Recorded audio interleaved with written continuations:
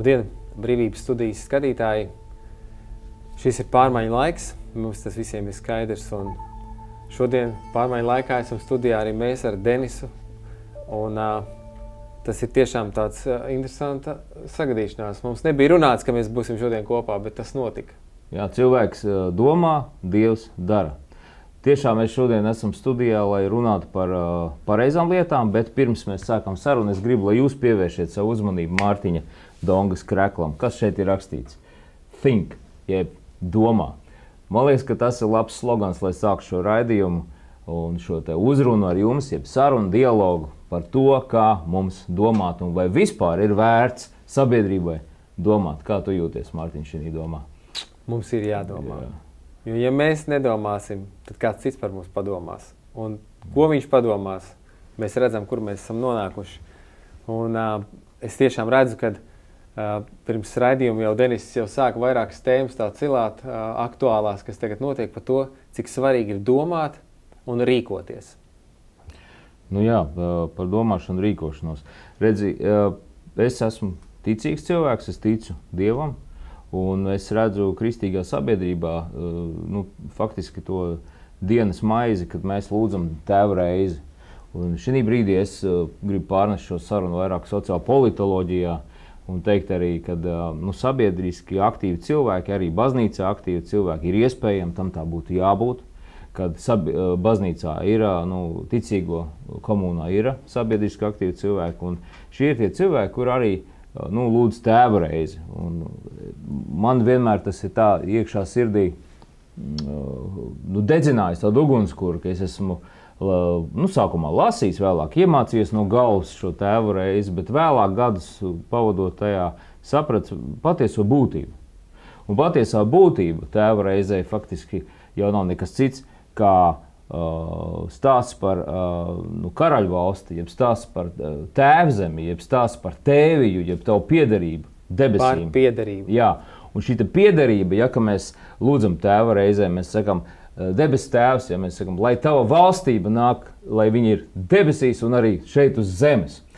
Un tā, ka mēs nonākam tieši tajā punktā, ka tad vajadzētu, lai tā valstība nāk šeit uz zemes, tad es redzu, ka liela daļa ticīgo tā kā nedaudz, viņi tā kā iestingst un divus solīšus taisa atpakaļ. Un viņi vēl joprojām kaut ko gaida. Jā. Un šeit ir tas moments, kad es gribētu teikt, ka šis ir īstais laiks mums platforma sākt beidzot tad arī realizēt šo debesu valstību, jo mēs ticam tam, kad Pāvils, piemēram, rakstīja romiešu vēstulēs, jā, ir Bībelē tāda vieta, kur rakstīts 8. nodaļā, kad šis case ir pabeigts, jeb šis darījums, jeb Kristus darbs ir pabeigts. Ieiet beidzot viņā iekšā, un tad būs tās tēvijas mantošana, būsiet līdzmantinieki. Tas ir apmēram tas, kas šobrīd mani dedzina. Realizācija. Katrā gadījumā ir ļoti svarīgi, ka tu iesāk ar Tēvu reizi, jo savā ziņā var teikt, tā ir atgriešanās pie saknēm. Un es domāju, pie Tēva reizes būtu svarīgi uzsvērt, kad atzīstot, izrunājot šo vārdu mūsu tēvs, tu apliecini, ka tu tici, ka tev ir tēvs, un tātad tu esi bērns, tu esi pieņemts kā dēls, meita. Un šis laiks, kad mēs atgriežamies pie saknēm, pie mūsu īstā tēva, no kura mēs arī nākam, tas ienes šo te svarīgo spēju orientēties šajā lielo pārmaiņu laikā. Jo ja mēs ejam ar debesu valstības domāšanu šajās dienās, tad mēs arī sākam saprast, kas tad te notiek. Un notiek labas pārmaiņas. Tā liekas, kāpēc notiek sliktas lietas. Bet interesanti ir, ka Bībelē arī mēs lasām, tad, kad bija tums, tad uzlec saule. Ja? Vistumšākajā laikā Dievs atmirts kā gaisma, Iesaja raksta. Un es domāju, ka šis laiks ir ļoti svarīgs laiks. Un man patīkās arī tā doma, ka mums ir šāda brīvības studija, vieta, kur cilvēki mostas. Un es pirms raidījuma mēs dažādi domājam, kā varētu sarunu nosaukt.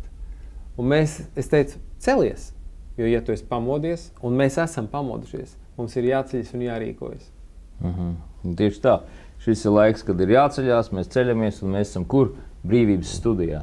Un tikai brīvs cilvēks ir bīstams cilvēks.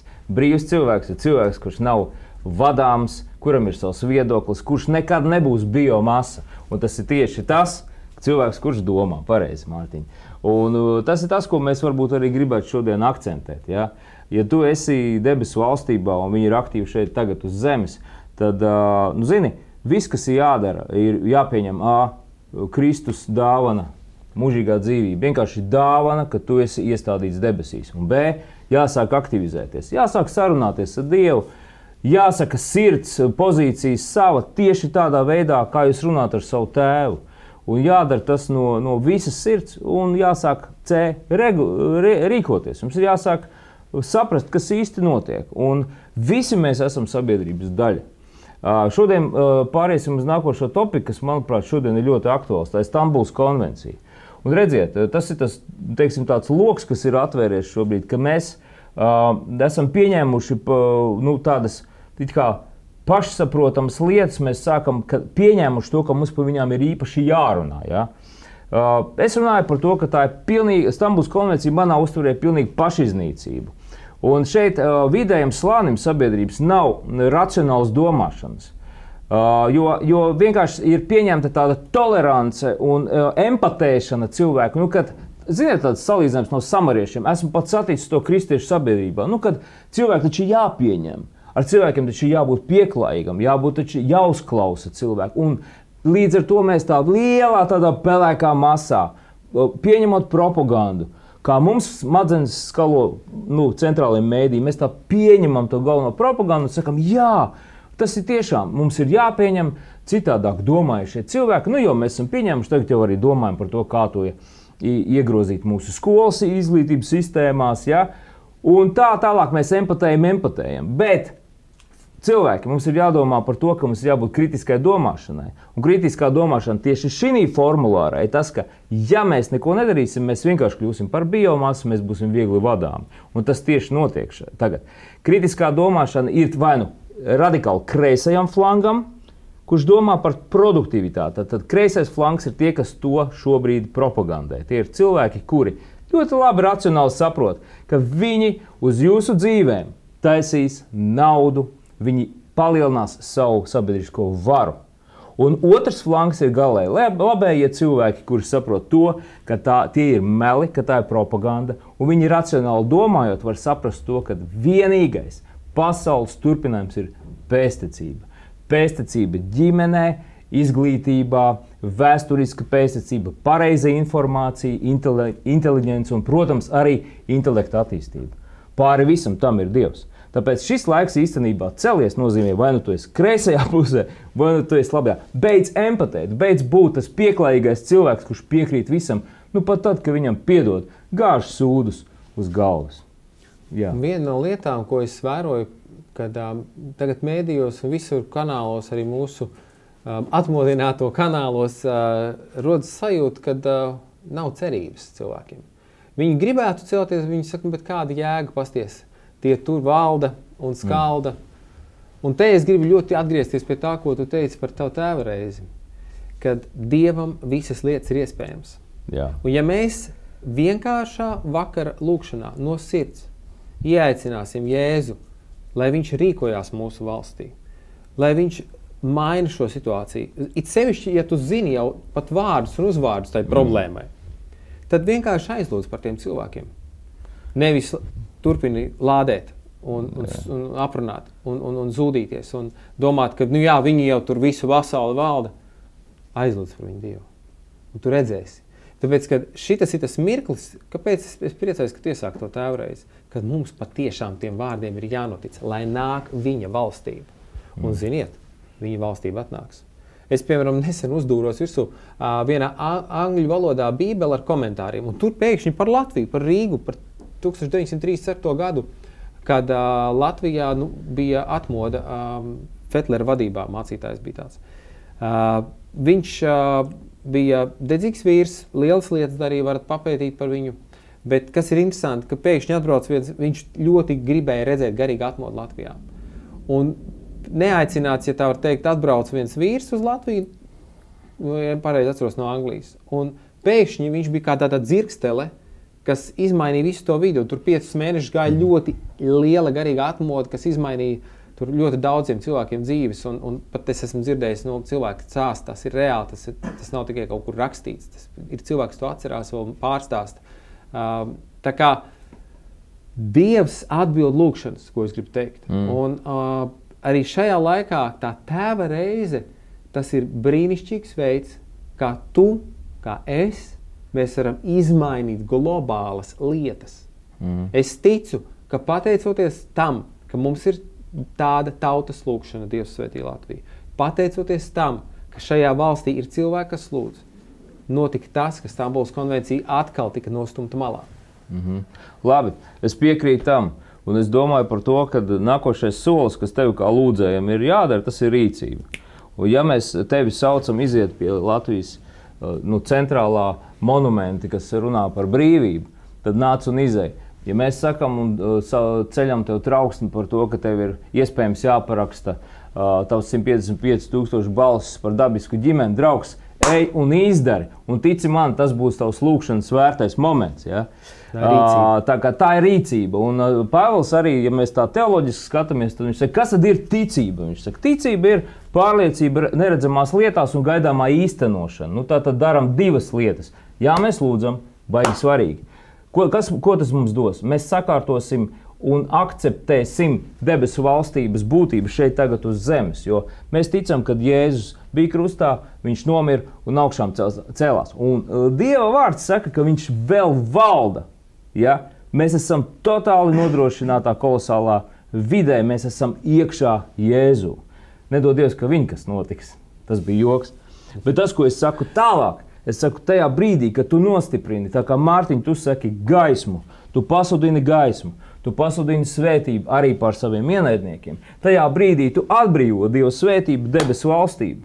Nākošais, kas tev ir jādara, jārīkojas. Tāpēc, ka tie cilvēki, kuri ir pret pareizām lietām, pret labo, tie cilvēki, kuriem ir cita konstrukcija, cita arhitektūra viņu sirdīs, tā konstrukcija ir jāsāk pārbūvēt, un tā pārbūve ir šī jaunā derība. Ja mēs neko nedarīsim, viņi darīs mūsu vietā. Ja tu nenodarbosies ar politiku, politika, tici man, sāks nodarboties ar tevīm. Ja tu pieņemsi uzvilkt masku, tu staigāsi maskā un ne tikai. Tātad šie ir tie aspekti. Kāpēc mēs par to šodien runājam? Tāpēc, ka vitāli svarīgi ir tas, lai cilvēki mostos, jūs mostos, mēs mostos un kļūtu aktīvi. Rīkotos. Jā, un sāktu rīkoties. Lūk. Es gribu teikt arī tādu manu stāstu par šo te pievienošanos politikai mazrus. Jā, tas ir labs topiks, jā. Es esmu kristietis, daži man, vai kaut kādi cilvēki man zina kā kristieti, kādi man pazīst kā Sinepja Graudiņa autoru, bet politika man bija pēdējā lieta, kas man interesēja. Bet es izlasīju Bībelē vārdus eklesija, šo vārdu eklesija. Kas Bībelē ir rakstīts draudze. Ja? Visur, kur jaunajā derībā ir rakstīts vārds draudze, tur ir lietots vārds eklesija. Un manās rokās kaut kādā veidā, kā jau ar Dievu tas gadās, nonāca šī te vārda sengrieķu definīcija, kā šo vārdu saprata laikā, kad Jēzus viņu pirmo reizi pateica, es celšu savu draudzi un Ēles vārds to neuzvarēs. Un tajā laikā šis vārds eklesija nenozīmē ne sinagogu, ne kaut kādu dievnamu, tas nozīmēja pilsētas aktīvo cilvēku sapulce, kuri balsojot pieņem lēmumus, kā valdīt savā pilsētā. Tas bija tāds termins, juridisks. Eklesija. Un tie ir ticīgi un aktīvi cilvēki, kas ir atmodušies par patiesību, kas ir tēvs, kas ir noteicējs un kas iet kopā ar viņu un ar savu rīcību rīkojās un izmaina savu pilsētu. Un es domāju, ka mēs visi esam pamoduši un sapratuši, kas notiek, kā to apturēt, kā izmainīt. Tas sāks ar tevi. Tas sāks ar tevi. Jā. Protams, ka tas sāks ar tevi. Viennozīmīgi. Un, jā. Šobrīd runājot par izglītību un kultūru, es varētu iemest dārziņā. Man patīk, es priecājos, kad es redzu, ka mēdījos sāk parādīties beidzot viedoklis no cilvēkiem, no kuriem, kas ir sabiedrisks mēdījis. Un, starp citu, Mārtiņ, tu esi viens no sabiedriskā mēdīja. Tu esi Sinepju Graudiņa autors, ja, un tavu ģimeni kalpošanī virzienā, un tas ir tūkstošiem cilvēki, kuri faktiski saņem katru dienu, katru mīļu dienu, rītu, 5:55. Tink, telefonā atskan ziņa no Mārtiņa Dongas. Īstenībā es zinu, ka tas ir Mārtiņš, bet tas ir Sinepju Graudiņš. Un Sinepju Graudiņš ir Dieva vārds un īsa lūkšana, kas praktiski ieved tevi dienas sākumā. Ja? Un tu esi mēdī.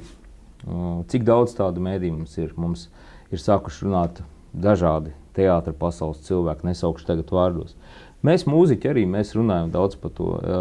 Jā, savas karjeras pēc man ir sanācis tā, ka es uzstājos ne tik daudz Latvijā, bet ārvalstīs. Bet šeit Latvijā es esmu aktīvs gan kā pedagogs, gan kā domātājs, gan kā menedžeris, producents. Un es daru savu darbu. Tas ir mans darbs, tā ir mana profesija. Kristietība nav mana profesija. Kristietība ir mana piederība. Tā ir mana garīgā pasa. Bet mana profesija ir būt šeit uz zemes, un es daru savu darbu. Un es redzu, cik ļoti sabiedrība šobrīd ir šķelta dēļ saviem viedokļiem un dēļ tās propagandas, kas faktiski ir, viņi ir pietiekami darbu izdarījusi jau šajos pēdējos gados. Nerunāsim tikai par 30 gadiem, par 3 gadiem, bet runāsim par 30 gadiem, kas ir apzināta naudas plūsma, apzināts plāns, perfekti nostrādāts mārketings. Bet šis laiks tam grupējumam cilvēka iet uz beigām. Strauji.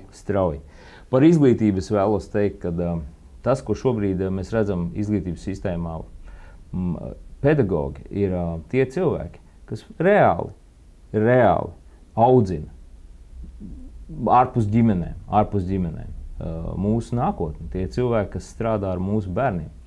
Un es zinu, ka ieejot manā klasē, jebkurš jaunietis, kas nāk pie manī mācīties džezu, viņš ne tikai mācīsies džezu, bet viņš arī mācīsies zināmu dzīves uztveri. Un es viņu izjūtu kā savu, ja ne tēvs, dēlu vai meitu, bet kā savu jaunāko brāli vai māsu. Un es maksimāli cenšos šajā jaunītī ieguldīt domāšanas veidu, kā jau teicu, uztveri, ne tikai kultūras apziņu, ne tikai tehnoloģiju, kā man spēlēt, ko man darīt, kā man rakstīt vai komponēt, bet tiešām kā man rīkoties dzīves situācijās.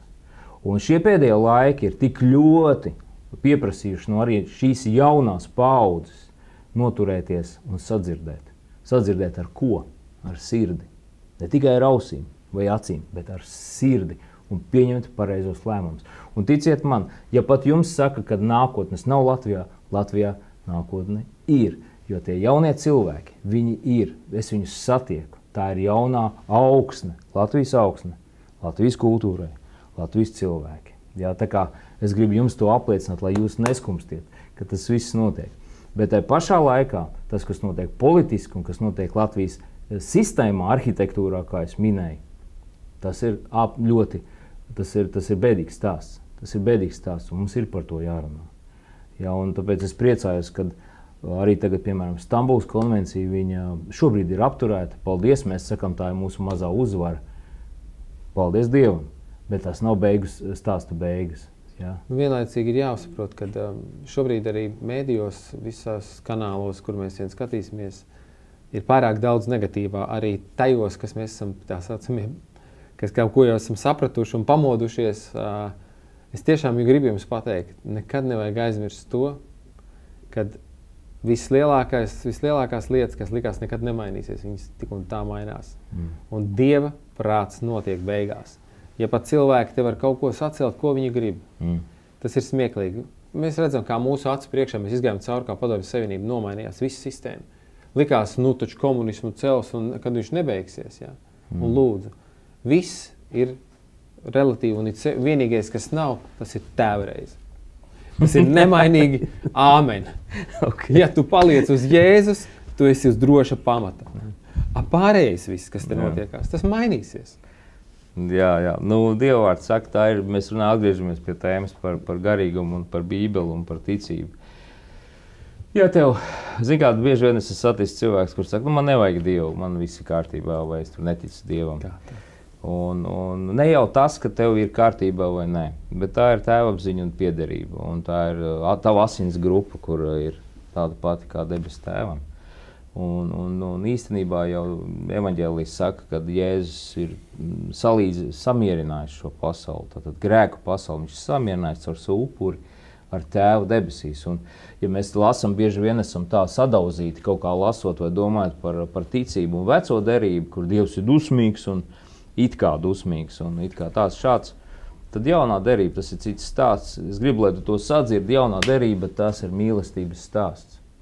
Un tās ir attiecības. Un tad, kad es satiekos ar cilvēkiem, kurš saka, man Dievu nevajag, un tā, tici man, Dievam vajag tevi, Dievs par tevīm ir interesējies, viņam ir svarīgi katra tava sekunda, katra tava dzīve, katra tava situācija, tava ģimene, tava neģimene, tavas uzvaras, neuzvaras.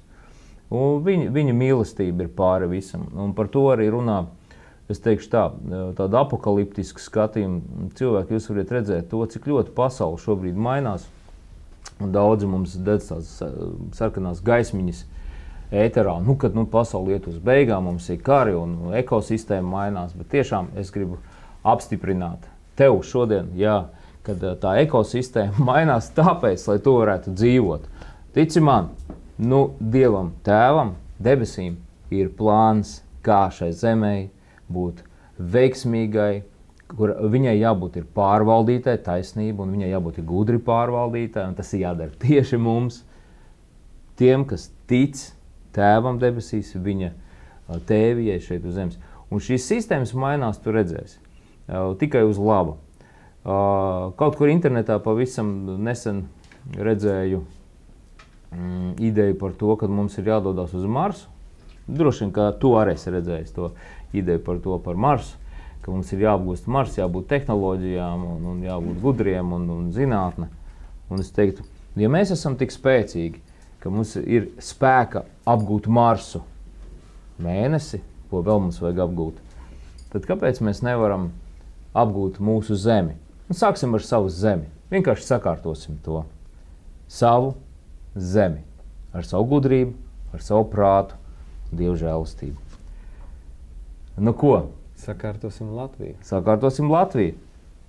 Domā plaši, domā pozitīvi, paliec gaismas pusē, atceries, ka tumsa beidzās tieši tajā pašā mikrosekundē, kad tu iedzēsi mazāko gaismu. Ja? Pie tā paliekam. Celies. Paldies, ka mēs varam būt šeit, Brīvības studija, un mēs ticam un zinām, kad atgriezīsimies. Lai jums laba diena šodien. Sveitīti.